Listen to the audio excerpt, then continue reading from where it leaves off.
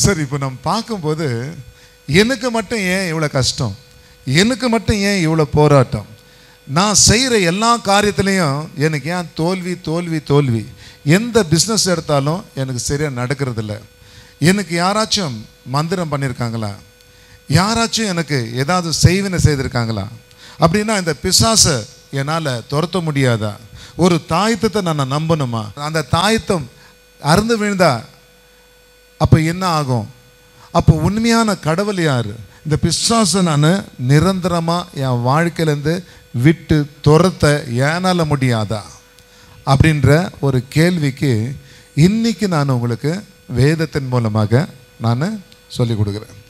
அப்போது தேவனுடைய அன்பு பிள்ளைகளே, யாக்கோபு 4 அதிகாரம் 7 வசனம். So James chapter 4 verse 7. ஆகையால் தேவனுக்கு கீழ்ப்படிந்திருங்கள், பிசாசுக்கு எதிர்த்து நில்லுங்கள், அப்பொழுது அவன் உங்களை விட்டு ஓடி போவான். பாருங்க, தேவனுக்கு கீழ்ப்படிந்திருங்கள், பிசாசுக்கு எதிர்த்து நில்லுங்கள், அப்பொழுது அவன் உங்களை விட்டு ஓடி போவான். அப்போ தேவ அன்பு பிள்ளைகளை, அப்போ இந்த பிசாசு யார், அவன் இன்னைக்கும் நம்ம வாழ்க்கையில் நிறைய பேருடைய குடும்பங்களில் பிரச்சனை பண்ணி கொண்டு தான் இருக்கிறான் என்று ஜனங்க இன்னைக்கு சொல்கிறத நம்ம பார்க்குறோம். அப்போ அந்த பிசாசு யாருன்னு நம்ம தெரிஞ்சுக்கணும். பிசாசு யாரு? அந்த பிசாசு ஒரு தேவதூதன். பிசாசு ஒரு தேவதூதன். அப்போ அவன் ஏன் பிசாசா மாறினான்? தேவதூதன் பரலோகத்தில் தேவனை ஆராதிக்க வேண்டியவன். அவன் என்ன செய்கிறான்னா, ஆண்டவருடைய அந்த சிங்காசனத்தின் மேலே ஆசைப்படுறான். ஸோ இதனால் ஆண்டவர் அவனை அங்கிருந்து தள்ளப்படுறார். அப்போது அந்த பிசாசு கீழே தள்ளப்பட்டவன், தள்ளப்பட்ட பிசாசு இந்த பூமியில் விழும்போது இந்த பூமி இருளாக தான் இருந்தது. ஆனால் ஆண்டவர் உருவாக்கி 4வது நாளில் தான் ஆண்டவர் சூரியனும் சந்திரனையும் உண்டாக்கினார். நல்லா ஞாபகம் வச்சுக்கணும். அப்போது ஆண்டவர் வார்த்தையில் வெளிச்சம் உண்டு. அப்போது கீழே தள்ளப்பட்ட அந்த பிசாசு என்ன பண்ணுறான், ஏதேன் தோட்டத்தில் தந்திரமாக இருக்கிறான். என்ன இருக்கிறான்? தந்திரமாக இருக்கிறான். இப்போ ஆண்டவர் இந்த ஏதேன் தோட்டத்தில் மண்ணால் மனுஷனை உருவாக்கி, இல்லையா, மனுஷியும் உருவாக்கி அவங்க 2 பேரையும் வானத்து கீழையும் பூமிக்கு மேலேயும் சகல ஆசீர்வாதங்களை அந்த பிள்ளைகளுக்கு கொடுத்தார். இப்போ ஆசீர்வாதம் இப்போ யாருக்கிட்ட இருக்குது? ஆதாமு ஏவாளுக்கிட்ட இருக்கு. ஒரு தங்கமாக, ஒரு பணமாக, ஒரு பொக்கிஷமாக இருந்தால் இந்த ஆதாமு ஏவாலும் தூங்கிட்டு இருக்கிற நேரத்தில் பிசாசம் நைட்டில் எடுத்துகிட்டு போயிடலாம். நல்லா புரிஞ்சுங்க. ஆனால் இங்கே தங்கத்தை காட்டிலும் பணத்தை காட்டிலும் ஆசீர்வாதம் அவங்க சிரத்தின் மேலே இருக்குதுன்னு வச்சுக்கலாம். அவங்க மேலே இருக்குது. அந்த ஆசீர்வாதம் இப்போ என்ன பண்ணணும், பிசாசுக்கு வர்றதுக்கு அவன் ட்ரை பண்ணுறான். அப்போ அவன் யூஸ் பண்ணுற ஒரு ஆயுதம் என்னன்னா, தேவ அன்பு பிள்ளைகளை, வார்த்தை, தேவன் சொன்ன வார்த்தை வச்சு ட்ரிகர் பண்ணுறான். அவன் என்ன பண்ணுறான்? வார்த்தை வச்சு ட்ரிகர், மாற்றி பேசுறது, போட்டு வாங்கிறது அப்படின்னு சொல்லுவாங்கல்ல, அவன் ட்ரிகர் பண்ணுறான். இப்போ அவன் என்ன சொல்கிறான்னா, தேவ அன்பு பிள்ளைகளை பாருங்க, ஆதியாகமம் 3:4, ஜெனிசிஸ் சாப்டர் 3 verse 4. அப்பொழுது சர்ப்பம் ஸ்திரியை நோக்கி, நீங்கள் சாகவே சாவதில்லை, ஆனாலும் நன்மை தீமையும் அறியத்தக்க விருட்சத்தின் கனியை நீங்கள் புசிக்க வேண்டாம், அதனை புசிக்கும் நாளில் சாகவே சாவா என்று கட்டளையிட்டார். நல்லா கவனிச்சு பாருங்க. ஆனால் இந்த பழத்தை நீங்கள் சாப்பிட்டீங்கன்னா நீ சாகவே சாக மாட்டாய். தேவன் அந்த ஆதாம் ஏவாளுக்கு கொடுத்த அந்த வார்த்தையை வச்சு, அந்த வார்த்தையின் மூலமாக பிசாசு திருப்பி போட்டு இவங்களை கன்ஃபியூஸ் பண்ணி ட்ரிகர் பண்ணுறான். அப்போது அதுக்கு கூடுதலாக பிசாசு என்ன சொல்கிறேன்னா, உங்கள் கண்கள் திறக்கப்படும். 3 அதிகாரம் 4 வசனம். நீங்கள் நன்மையும் தீமையும் அறிந்து தேவர்கள் போல இருப்பீர்கள் என்று தேவன் அறிவார் என்றது. தேவனுக்கு தெரியும், நீ இந்த பழத்தை சாப்பிட்டா கடவுள் ஆயிடுவேன். என்ன ஆயிடுவேன்? இப்படி தான் நம்ம நினச்சிக்கிறது. ஆனால் அந்த பிசாசு சொல்கிறான் பாரு, கடவுள்ல கடவுள்களை போல. ஆனால் நம்ம என்ன நினைக்கிறோம்? கடவுள் ஆயிடுவேன்னு நினச்சிக்கிறோம். அப்பொழுது ஸ்ரீயானவள் அந்த விருட்சம் புசிப்புக்கும் நல்லது, பார்வைக்கும் இன்பம், புத்தியை தெளிவாக்குவதற்கு இச்சிக்கப்படத்தக்க விருட்சமாய் இருக்கிறது என்று கண்டு அந்த கனியை பறித்து புசித்து தன் புருஷனுக்கும் கொடுத்தால் அவனும் புசித்தான். இப்போ நல்லா கவனிச்சு பாருங்க, பிசாசு அந்த பழத்தை அறுத்து கொடுக்கல. ஹலோ, பிசாசு அந்த பழத்தை அறுத்து இல்லை பிட்டு கொடுக்கல, இந்த சாப்பிடுன்னு. சும்மா வாயில பேசுற வார்த்தையில் அங்கே கிரியை நடக்குது. அப்போ பிசாசு நயவஞ்சகன். பிசாசு யார் அப்படின்னு பார்க்கும்போது யோவான் 10:10 அவன் கள்ளன். பார்க்கலாமா? திருடன் திருடவும் கொல்லவும் அழிக்கவுமே வரான், அன்றி வேற ஒன்றுக்கும் வரமாட்டான். இந்த உலகத்தில் அந்த கள்ளன் இன்னும் கிரியை செய்து கொண்டிருக்கான், இன்னும் கிரியை செய்கிறான். அப்போ அவன் திருடன் திருடவும் கொல்லவும் அழிக்கவுமே அன்றி வேற எதுக்கும் வரமாட்டான். நல்லா கவனிச்சு பாருங்க, இந்த பிசாசுக்கு கிரீக்கில் அவனுக்கு ஒரு பேர் இருக்குது, டயோபோலாஸ். சொல்லுங்க, டயோபோலாஸ். சொல்லுங்க, அயோபோலாஸ் இல்லை, டயோபோலாஸ். அப்படின்னா என்ன தெரியுமா?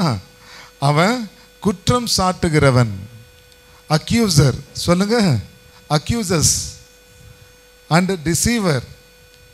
அவன் என்ன பண்ணுறான்? நம்மளுக்கு குற்றம் சாட்டுகிறான்.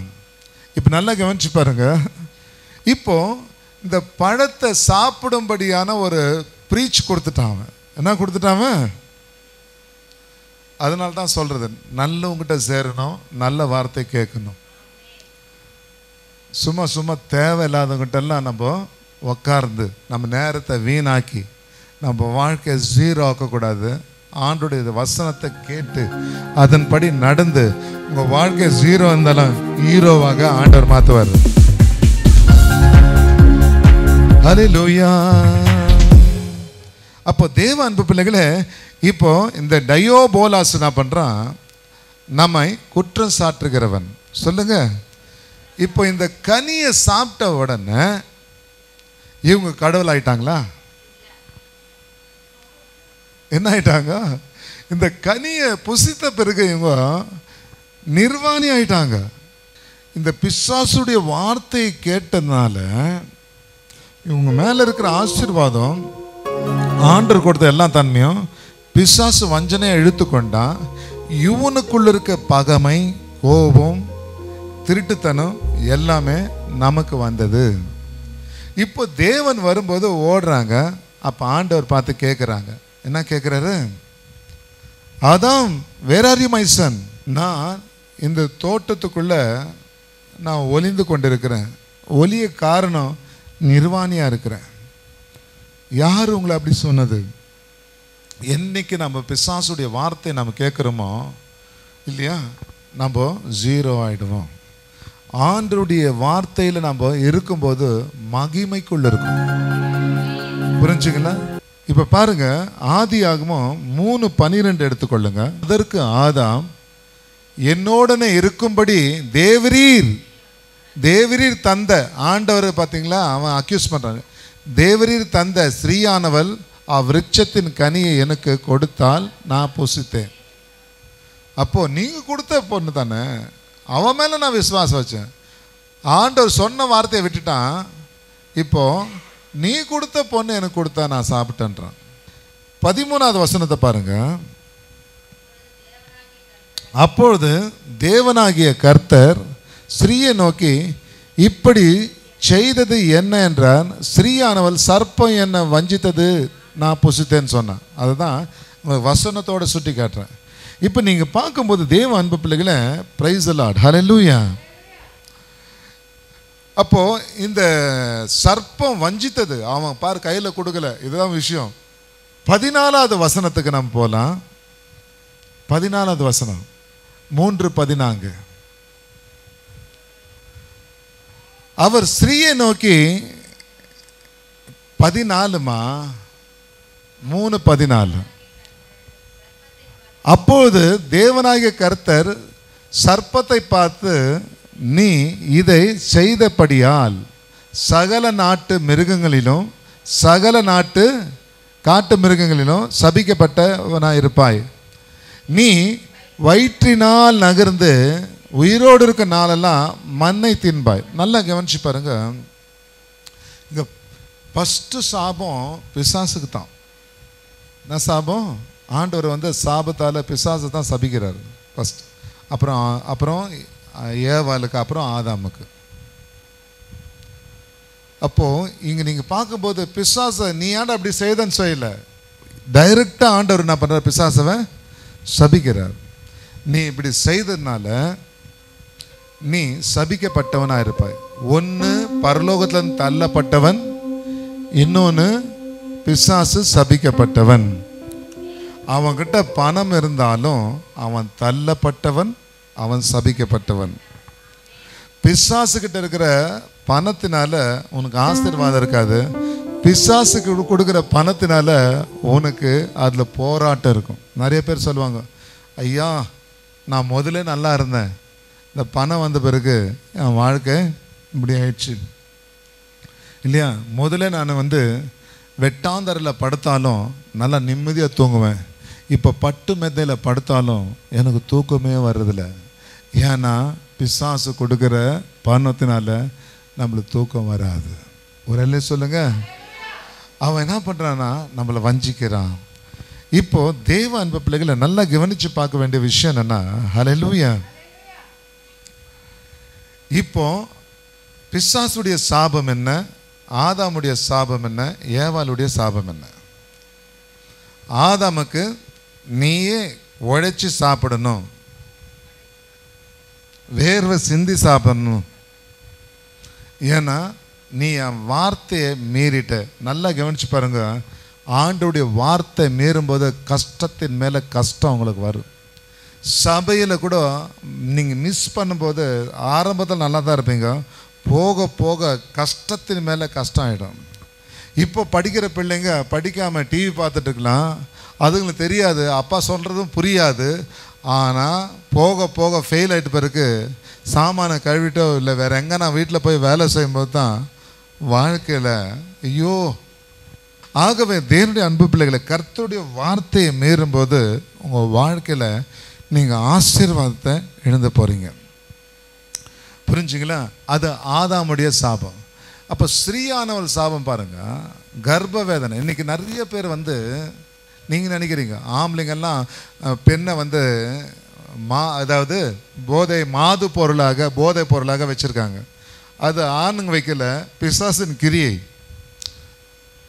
புரிஞ்சுங்களா? அடிமையாக தான் வச்சுருக்காங்க. இன்னும் சில இதிலெல்லாம் பார்க்கும்போது தலை முதல் பாதை வரைக்கும் மூடி வச்சிடுறாங்க அவளை. அப்போ வாழ்ந்து என்ன பிரயோஜனம்? ஸோ இந்த மாதிரி நிறையா இந்த பிசாசின் கிரியினால் இன்றைக்கி வஞ்சிக்கப்படுறாங்க. ஆனால் சாத்தானுக்கு ஒரு சாபம் கொடுத்தாங்க. அந்த சாபம் தான் முக்கியமானது. யாருமே சொல்லாததை நான் உங்களுக்கு சொல்லி கொடுக்குறேன். இங்கே என்ன போட்டிருக்கிறது? சாத்தானுக்கு என்ன சாபம்? நீ எல்லா மிருகத்தினாலும் நாட்டு காட்டு மிருகத்தால் சபிக்கப்பட்டவன். கரெக்ட் தானே? அப்புறம் பாருங்க, நீ வயிற்றினால் நகர்ந்து மண்ணை தின்பாய். உயிரோடு இருக்க நாளெல்லாம் அப்போ மண்ணை தின்பா. அப்போ பிசாசுடைய சாப்பாடு என்ன? அது மண். அப்போ மனுஷனை ஆண்டவர் எதனால படைச்சார் பார்த்தியா? கைகளை தட்டுங்க.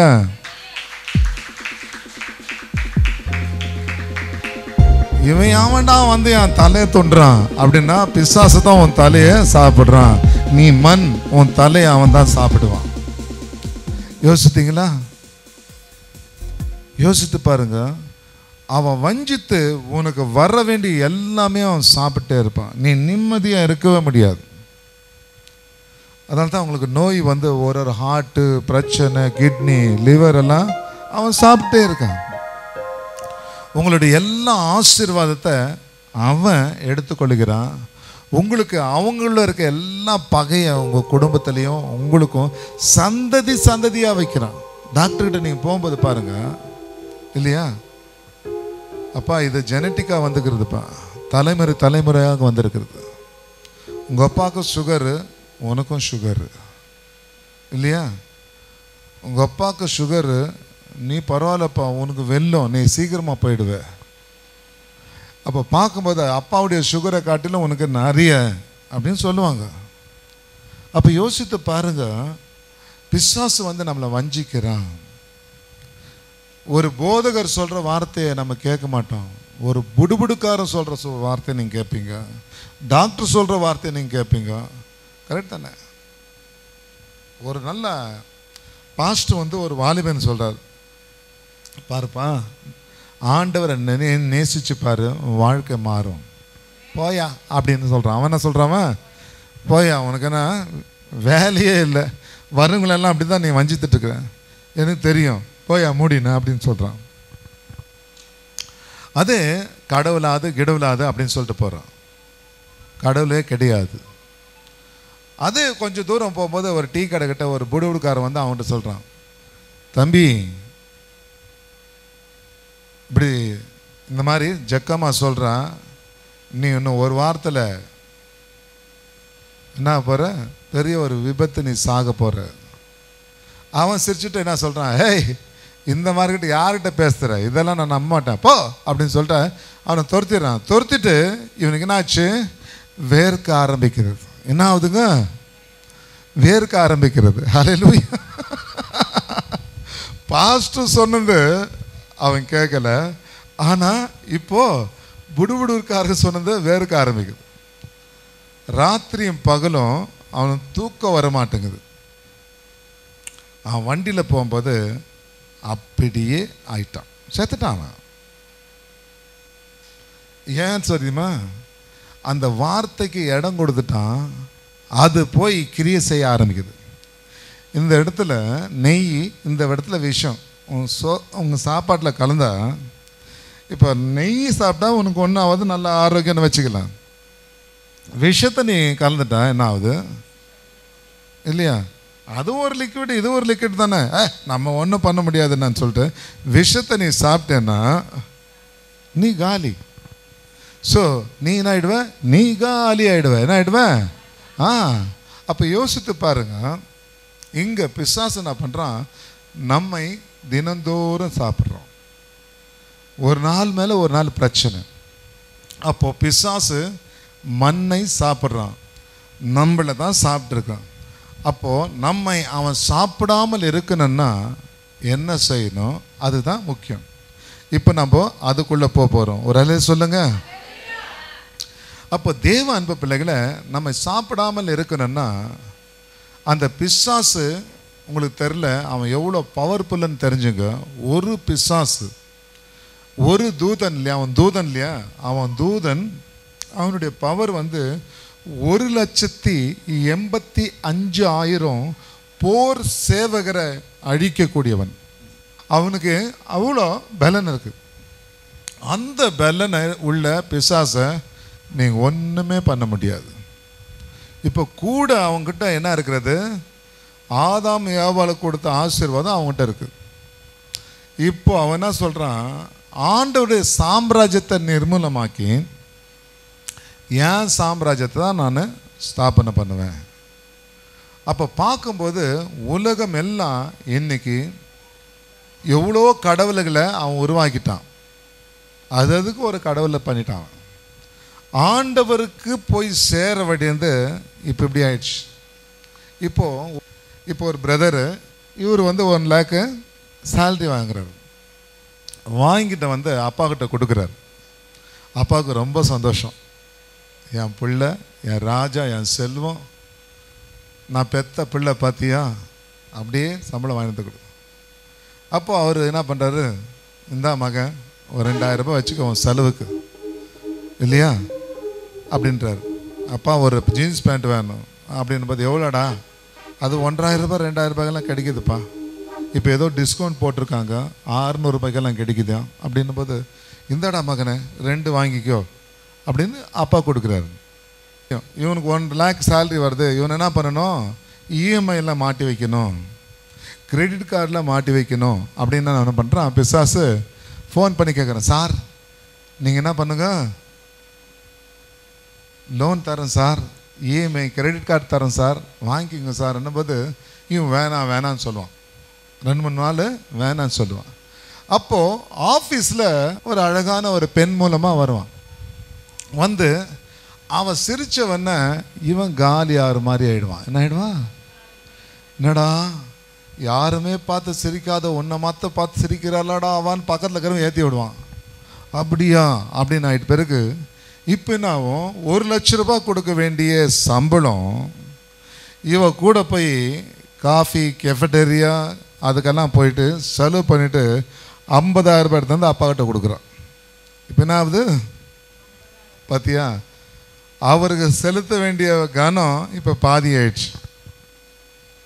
இன்னும் இல்லையா அது இது போகும்போது அவள் ஏற்றி விடுவாள். ஏன்னா அப்பாவுக்கு நான் நீ இதாகிட்டு இருக்க, இன்னும் அப்பான்னு போயிட்டா எங்களெல்லாம் வச்சு எப்படி நீ பார்த்துக்குவா அப்படின்னு சொல்லிட்டு இப்படி பண்ணுறதுனால அந்த 50,000 ரூபாயும் கொடுக்காத அளவுக்கு அவனால் செய்ய முடியும்.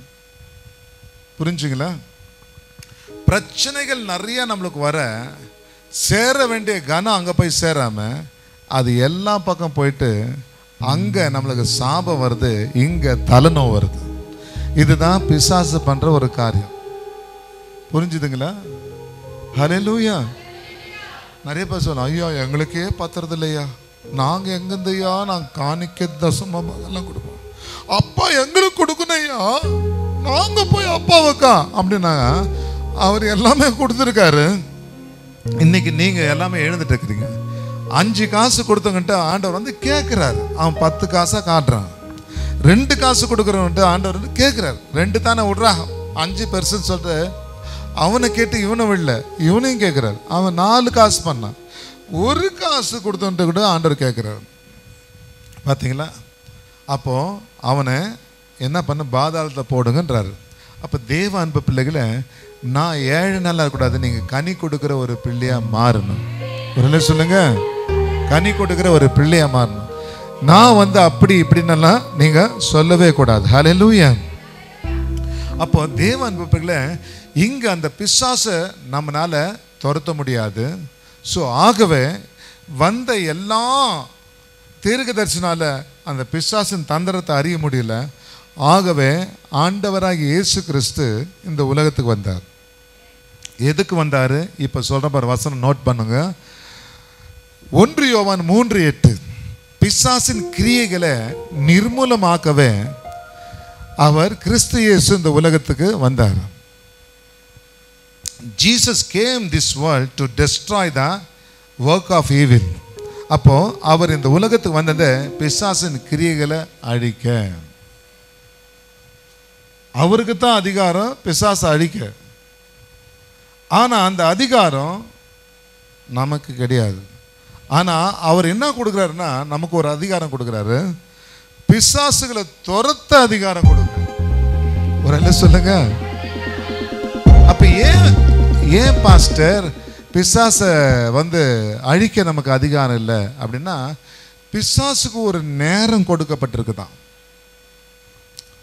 இந்த உலகத்தில் உங்கள் பிள்ளைகள் துதிக்க மாட்டாங்க, இந்த உலகத்தில் உங்கள் பிள்ளைங்க இது பண்ண மாட்டாங்க, எனக்கு டைம் கொடு, எல்லாரும் என் பிள்ளையாக மாற்றுறேன் அப்படின்னு சொல்லிட்டு அவன் டைம் ஆகிட்டு இருக்கான். புரிஞ்சுங்களா? ஸோ அதனால் இயேசு வந்து கெரசேனர் அப்படின்ற ஒரு கடலோரத்தில் வரும்போது ஒரு பிசாசு பிடிச்சவனை சமாதிக்குள்ளே இருக்கிறான், அவன் நிர்வாணியாக இருப்பான். அவன் என்ன பண்ணுறான், ஓடி வந்து இயேசு பாதத்தில் விழுந்து, ஆண்டவரே உன்னதமான தேவகுமாரனே, உனக்கும் எனக்கும் என்ன, எங்களை வேதனைப்படுத்தாத படிக்கு எங்களை விட்டு போயிடு அப்படின்னு கேட்குறான். ஆண்டவர் விட்டு போகிறதில்ல. அப்போ அவன் சொல்கிறான், எங்களை பாதாளத்துக்கு அடிக்காதீங்க, வேணும்னு அந்த பன்றிக்குள்ளே எங்களை அனுப்பிடுங்க அப்படின்னு சொல்கிறான். அப்போ ஆண்டவர் பன்றிக்குள்ளே அனுப்புகிறாரு, பன்றிங்க மாண்டு போகுது. நல்லா யோசனை பண்ணி பாருங்க. ஆனால் அந்த இயேசு இந்த உலகத்தில் வந்தபோது நல்லா கவனிச்சுக்க, அவன் வந்து இயேசு பிறந்தாருன்னவொன்னே தெரிஞ்சிச்சு அவனுக்கு. இயேசுவை அழிக்கணும்னு நினச்சான். ஆனால் எந்த குழந்தைன்னு தெரில அவனுக்கு, பிசாசுக்கு எந்த குழந்தைன்னு தெரில. ஏரோது மூலமாக அப்போ இயேசு எப்போ பிறந்தாருன்னு நினச்சி அந்த கனிச்சூரில் 2 வயசு குழந்தை வரைக்கும் எல்லாமே அழிக்க வைக்கிறான் பாருங்க. 2 வருடம் குழந்தை வரைக்கும் எல்லாத்தையும் அழிவிக்கிறான். ஆனால் அழித்தாலும் இயேசு அவனுடைய திட்டத்தினால அழியலை. நல்லா யோசித்து பாருங்க. நம்ம மேலே ஆண்டவருடைய கனெக்ஷன் இருந்தால் யார் நம்மளுக்கு பிளான் போட்டாலும் நம்ம அழிய முடியாது. ஆமென் சொல்லுங்க, ஒரு சொல்லுங்க. அப்போ பாருங்க, அவன் நினச்சிட்டான் பிசாசு ஏரோது மூலமாக நான் இயேசு அழிச்சிட்டேன்னு நினச்சிட்டான். ஆனால் 30வது வயசில் ஆண்டவர் ஞானஸ்தானம் எடுக்கும்போது, பரலோகம் திறக்கப்படும் போது, தேவ வல்லமை இயேசு மேலே வரும்போது, அப்போ தான் அவன் பவர் கொண்டி போகிறத அவன் பார்க்குறான். ஓ, இயேசு இன்னும் உயிரோடு இருக்கிறாரு சொல்லிட்டு அவன் என்ன பண்ணுறான், இயேசு 40 நாள் உபவாசம் செய்து பசியாக இருக்கிற நேரத்தில் வரான். வந்து என்ன சொல்கிறான், நீ தேவனுடைய குமாரனாக இருந்தா, ஆதாமுகிட்ட நான் சொல்கிறான், நீ தேவர்களை போல மாறிடுவாய் அப்படின்னு சொல்கிறான். இங்கே வந்து பாரு எப்படி ட்ரிகர் பண்ணுறான் ஆண்டவர்கிட்ட. நீ தேவனுடைய குமாரனாக இருந்தால் இந்த கல்லை நீ ரொட்டியாக பண்ணு. அங்கே என்ன சொன்னான், இந்த பழம் சாப்பிட்டு பார் அப்படின்னு சொல்கிறான். கரெக்ட் தானே? இங்கே வந்த கல்லை ரொட்டியாக மாற்று. அப்போ ஆண்டவர் வார்த்தையை வைக்கிறாரு. மனுஷன் அப்பத்தினால் மாத்திரமல்ல, தேவனால் பெறப்படுகிற ஒவ்வொரு வார்த்தையால் பிழைப்பான். அப்போ கர்த்தருடைய வார்த்தை எங்கெங்கே வைக்கிறீங்களோ அங்கெல்லாம் உங்களுக்கு லாபம் லாபம் லாபம், நோ நஷ்டம். ஆஸ்பத்திரியில் இருந்தாலும் உங்களுக்கு லாபம், புரிஞ்சுங்களா? வேலையில் இருந்தாலும் உங்களுக்கு லாபம். ஹல்லேலூயா, ஆமென் சொல்லுங்க. யோசித்து பாருங்க. இப்போ இயேசு வந்து என்ன பண்ணுறாரு, இந்த கிரியைகள் அழிக்கவே வந்தார். ஆமென் சொல்லுங்க. அவர் வந்த பிறகு பாருங்க, எல்லா இடத்துலையும் போயிட்டு சுவிசேஷத்தை சொன்னார். ஃபஸ்ட்டு ஆண்டோடைய வார்த்தை சொன்னார், நோயாளிகளை சுகமாக்கினார், பேய்களை துரத்தினார். இதுதான் அவர் ஊழியம். ஆமென் சொல்லுங்க. பேய்களை துரத்தினார், நோய்களை சுகமாக்கணும். அப்போது இந்த பேயை துரத்தணும்னா, நோயை குணமாக்கணும், அதுக்கு முன்னாடி ஆண்டோடைய வார்த்தை சொல்லுவார். ஆலயத்தில் கூட பாருங்கள், பிரசங்கம் பண்ணும்போது 18 வருஷமாக இருக்க கூனி பின்னாடி இருப்பான். பிரசங்கம் ஆகிட்டு பிறகு கூப்பிட்றாரு, வாம்மா அப்படின்றாரு. அவன் வரும்போது அவன் மேலே கை வைக்கும்போது அந்த பலவீனப்படுத்துகிற ஆவி விட்டு போயிடுது. இப்போ இயேசு ஃபஸ்ட்டு சீஷர் கொடுத்தது என்னன்னா, மத்தேயு 10:1 பிசாசுகளை துரத்தவும் நோய்களை குணமாக்கவும் அவங்களுக்கு அதிகாரத்தை ஆண்டவர் கொடுத்தார். ஆமென் சொல்லுங்க. புரிஞ்சுங்களா? செல்லங்களா, உங்களுக்கு ஒரு பொட்டி கடை போட்டு கொடுத்துறேன்டா, ஆமாம் ஒரு 5 ஏக்கரை கொடுக்குறேன் அப்படின்னு ஆண்டவர் சொல்ல, அவர் அதிகாரத்தை கொடுக்குறார். ஹல்லேலூயா. பொட்டி கடை எங்கே போனாலும் தூக்கின்னு போக முடியாது, ஆனால் அதிகாரம் உன் கூடியே வரும், எங்கே போனாலும் பெரிய காரியங்கள் செய்யும். ஆமென் சொல்லுங்க, ஆமென் சொல்லுங்க. அதிகாரம் என் கையில், நான் இயேசுவின் பிள்ளை, பிசாசை துரத்த எனக்கு அதிகாரம் இருக்குது. சொல்லுங்க, பிசாசை துரத்த எனக்கு அதிகாரம் இருக்குது. ஹல்லேலூயா. நோய்களை சுகமாக்க கூட எனக்கு அதிகாரம் இருக்குது. காரணம், இயேசு எனக்கு அதிகாரம் கொடுத்திருக்காரு. நான் இயேசுவின் பிள்ளை. ஆமென் சொல்லுங்க. அப்படின்னு சொல்லும்போது கண்டிப்பா பிசாசு ஓடும். அப்போ பிசாசு ஓடலையே பாஸ்டர்னாக்கா, அப்போ யோசித்து பாருங்க, நீ கர்த்தருடைய பிள்ளையானா நீ எப்பவுமே கர்த்தரை நோக்கி பார்க்கும்போது நீ பிரகாசமாக. பணக்காரன் பாரு எப்பவுமே பணத்தை எண்ணினே இருப்போம், அதுதான் வந்து. ஆனால் ஆண்டோடைய பிள்ளைனா நீ பைபிள் வார்த்தையை எழுத்துக்கொள்ளும் போது உன் மேலே ஒரு பவர் இருக்கும். புரிஞ்சுங்களா? ஹல்லேலூயா. அப்போ கர்த்தருடைய பிள்ளை எப்படி இருப்பான்? அவன் எப்பவுமே துதித்து கொண்டிருப்பான். துதி எடுத்தாலே பிசாசு ஓடிடுவான். துதி எடுத்தால் அப்போ துதிக்கும் போது உன் பக்கத்தில் அவன் வர முடியாது. இதுதான் ஆண்டவர் கொடுத்த வரும். இயேசு வந்து பாருங்க, ஹல்லேலூயா, பிசாசை துரத்தி கடல் மேல் நடந்து மரித்தவர்களை எழுப்பினாலும் ஒரு பெண்டிங் இருக்குதுன்னு சொன்னான். யாரு? பிசாசு. நீ பரிசுத்தவான், நீ ஓட்டுற, ஆனால் ஜனங்கள்லாம் செய்த ஒரு பாவத்துக்கு உன் வேதமே சொல்லுது பாவத்தின் சம்பளம் மரணம், இதுக்கு என்ன சொல்லுவ நீ அப்படின்னு கேட்குறான். அப்போ ஆண்டவர் சொல்கிறாரு, இது வரைக்கும் செய்த எல்லா பாவத்துக்கும் நான் ஒரு பெனால்ட்டி கட்டிடுறேன்னு சொல்லிட்டு அவர் தம்முடைய உயிரே அந்த சிலுவையில் நம்முடைய பாவத்துக்காக கொடுத்து அந்த பிசாசின் தலையை நசுக்கினார். நம்ம 3ஆவது நாளில் உயிரோடு எழுந்துச்சு வந்தார். புரிஞ்சுங்களா? கைகளை தட்டுங்க. அப்போ பிசாசு மேலிருந்து தள்ளப்பட்டவன், சபிக்கப்பட்டவன், இப்போது நசுக்கப்பட்டவன். சொல்லுங்க, இப்போது நசுக்கப்பட்டவன். God bless you. Hallelujah. உங்களுக்கு நோய், போராட்டம், பிரச்சனைகள் இல்லை. ஆமென் சொல்லுங்க. நான் சோர்ந்து போவதில்லை. சொல்லுங்க, எவ்வளோ பிரச்சனை வந்தாலும் நான் சோர்ந்து போக மாட்டேன். ஏன்னா என்னை தொடணும்னா எங்க அப்பா உள்ள இருக்கார், அவரை தொடணும். ஹல்லேலூயா. இந்த இயேசு இப்படியாக ஹல்லேலூயா 3ஆம் நாளில் உயிரோடு எழுந்திரிச்சு வந்தார். எழுந்திரிச்சு வந்தவொடனே நான் சொல்கிறேன் பாரு, வானத்து கீழும் பூமிக்கு மேலேயும் சகல அதிகாரம் எனக்கு கொடுக்கப்பட்டிருக்குது பாரு. மரணத்தை ஜெயித்த பிறகு தான் இந்த வார்த்தை சொல்கிறார். மத்தேயு 28 நீங்கள் 18லேருந்து நீங்கள் வாசிக்கும் போது சகல அதிகாரம் எனக்கு கொடுக்கப்பட்டிருக்குது. அப்போ ஆண்டவருக்கு இந்த அதிகாரம் கொடுத்தது. இப்போ சிஷ்யருக்கு கொடுக்குறாரு, go around the world and preach the gospel. இல்லையா? அவங்களெல்லாம் என்ன பண்ண, வார்த்தையில் நீ எடுத்து சொல்ல, வார்த்தை எங்களை விடுதலையாகும். அதனால தான் சத்தியம் உங்களுக்கு தெரிஞ்சிருக்கணும். சொல்லுங்க, சத்தியம் தெரிஞ்சிருக்கணும். சத்தியம் உங்களை விடுதலையாக்கும். You shall know the truth shall set you free. அப்போ அந்த வார்த்தை உனக்கு தெரிஞ்சிருந்தாக்கா அந்த வார்த்தையினால் நீங்கள் விடுதலை ஆயிடுறீங்க. அதனால தான் நிறைய வேதத்தை வாசிக்கணுன்றது. புரிஞ்சுங்களா? வேதத்தை வாசிக்கணும். இல்லைங்களா? நல்லவன் வேதத்தை வாசிவான், திருடன் கத்தியை தீட்டிகிட்டே இருப்பான். இப்போ நீங்கள் தேவனுடைய பிள்ளையா இல்லை திருடனா? யோசனை பண்ணி பாருங்க. அப்போ பாருங்க, தேவனுடைய அன்பு பிள்ளைகளை நமக்கு அதிகாரத்தை ஆண்டவர் கொடுத்துருக்காரு. இப்போ அந்த அதிகாரத்தை எப்படி நம்ம பயன்படுத்தணும்? நீங்கள் துதிச்சிங்கன்னா ஆண்டவர் உங்க கூட இருப்பார். அப்போ துதிச்சிங்கன்னா வேதம் சொல்றது கர்த்தருக்கு உள்ள இருக்கிறீங்க. யாக்கோபு 4:7 எடுத்து வாசிங்க. லாஸ்ட் வசனத்தில் பார்ப்போம்.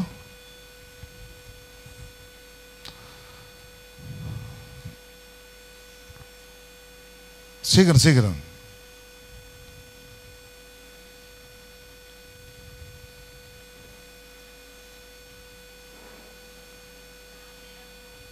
4:7 யாக்கோபு. ஆகையால் ஆண்டவருக்கு நம்ம கீழ்ப்படினோம். அதுதான் கன்னடாவில் பார்க்கும்போது, தமிழில் வந்து இங்கிலீஷில் submit yourself to God, humble yourself to God. Hallelujah. ஆண்டவரை நேசிக்கும் போது ஆண்டவரும் கூட இருப்பார். ஆமென் சொல்லுங்க. அப்பா என்னை நேசிக்கிறியே, நீ வேலைக்கு ஏன்பா போகிறேன், என் கூடயே இருந்தனாக்கா சோறு எப்படி கிடைக்கும் பிள்ளைக்கு? இல்லையா? ஆனால் அந்த தகப்பனை நேசிச்சிங்கன்னா அவர் கூடயே இருப்பார். ஆமென் சொல்லுங்க. அந்த தகப்பனை நேசிச்சிங்கன்னா கூடயே இருப்பார். அப்போ அந்த தகப்பன் உங்களை ரொம்ப நேசிக்கிறார். புரிஞ்சுங்களா? அப்போ பிசாசு உங்ககிட்ட வாலாட்ட முடியாது. அப்போ பிசாசு உங்களை விட்டு ஓடி போவான். அப்போ நிறைய பேருக்கு ஏன் பிரச்சனை வருது? இப்போ சொல்கிறேன் பாரு, இது ஒரு டர்னிங் பாயிண்ட். ஆமென் சொல்லுங்க. அவனுக்கு பிரச்சனை வருது, எனக்கு பிரச்சனை வருது, எல்லாருக்கும் பிரச்சனை வருதா பாஸ்டர்? ஏன்னா இப்போ சொல்கிறேன் பாருங்க, ஒரு பாம்பாட்டி என்ன பண்ணுறான் சொல்லுங்க, ஆட்டி பாம்பாட்டி போகிறவங்ககிட்ட காசு கேட்குறான், காசு கொடுன்னு. இல்லை என்கிட்ட பைசான்றான். அப்போ என்ன பண்ணுறான், அந்த பாம்பு அந்த பொட்டி அதை ஓப்பன் பண்ணும்போது அது புஷ்ஷுன்னு என்ன பண்ணுது, அவனை கடிக்க வருது. கடிக்க வரும்போது என்ன பண்ணுறான், பர்ஸை எடுத்து திறக்கும் போது என்ன பண்ணுறான், அப்படி திறக்கிறான், ஏதோ ஒரு 100 ரூபாய் கொடுக்கலான்னு. அவன் பர்ஸை பிடிங்கிறான். யார்? பாம்பாட்டி பர்ஸை பிடிங்கிறான். அவன் கேட்குறப்ப இந்த மறுபடியும் அந்த பாம்பு வந்து உஸ்ஸுன்னு வந்து கடிக்க வருது. அப்போ விட்டு, சாமி பர்ஸு போனால் போது, என் உயிர் எனக்கு அடிச்சிச்சாடாப்பா அப்படின்னு சொல்லிட்டு என்ன பண்ணுறான், அவன் ஓடுறான். ஓடுறப்போ இன்னொரு பிரதர் வந்து பார்த்து கேட்குறாரு, என்னப்பா உனக்கும் பாம்பாட்டிக்கு என்ன பிரச்சனைன்னு. இல்லைப்பா பாம்பு கடிக்க வந்துச்சு, என் பர்ஸு கொடுத்துட்டேன், உயிர் மிச்சாச்சு அப்படின்னு சொல்கிறான். அப்போ அவன் சொல்கிறான், புத்திக்கு இருக்கிற அவனுக்கு, அவங்ககிட்ட இருக்கிற பாம்புக்கு பல்லே இல்லை. என்ன இல்லை? பல்லு இல்லாத பாம்பா? அந்த மாதிரி தான் பிசாசு தலையை ஆண்டவர் நசுக்கிட்டாரு. அவன் எல்லார்கிட்ட வாலாட்டலாம், ஆனால் ஜெபிக்கிறவங்கிட்ட வாலாட்ட முடியாது. ஜெபிக்கிறவங்கிட்ட வாலாட்ட முடியாது. அதனால தான் ஆண்டவர் சொல்றாரு, அவனுக்கு எதிர்த்து நில்லுங்க, அவன் ஓடிடுவான். எதுல எதிர்த்து முடியும்? பாடி கார்டுல இல்ல, தேவனுடைய வசனத்தை வச்சு நீ நிக்கும் போது அவன் ஓடிடுவான். ஹல்லேலூயா. நோய் வராது, பிரச்சனை வராது, போராட்டம் வராது. ஹல்லேலூயா. புரிஞ்சுங்களா? ஆண்டோடைய பிள்ளைங்க எப்பவுமே ஆண்டவரை முன் வைக்கும் போது உங்க வாழ்க்கையில எந்த பிரச்சனை வராது. புரிஞ்சுங்களா? சொல்லுங்க, நான் பிசாசுக்கு எதிர் நிற்கிறேன், ஆண்டவருக்கு நான் உட்பட்டு இருக்கிறேன், ஆண்டவரை நான் நேசிக்கிறேன். காயினுடைய காணிக்கையும் ஆண்டவரை தொட விரும்பல, ஆனா ஆபேலுடைய காணிக்கை தொட விரும்புகிறார். இன்னைக்கு என் காணிக்கை நான் கொடுக்கிறேன் அப்படின்னும் போது ஆண்டவர் பெரிய காரியங்கள் செய்வார். எல்லாம் ஏன் நினைப்பான்? Praise the Lord. ஹல்லேலூயா.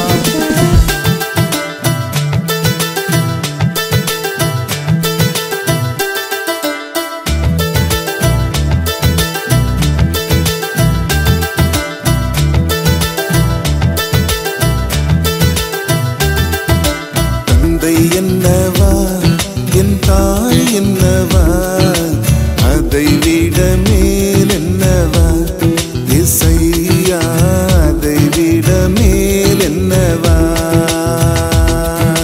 தந்தை என்னவா,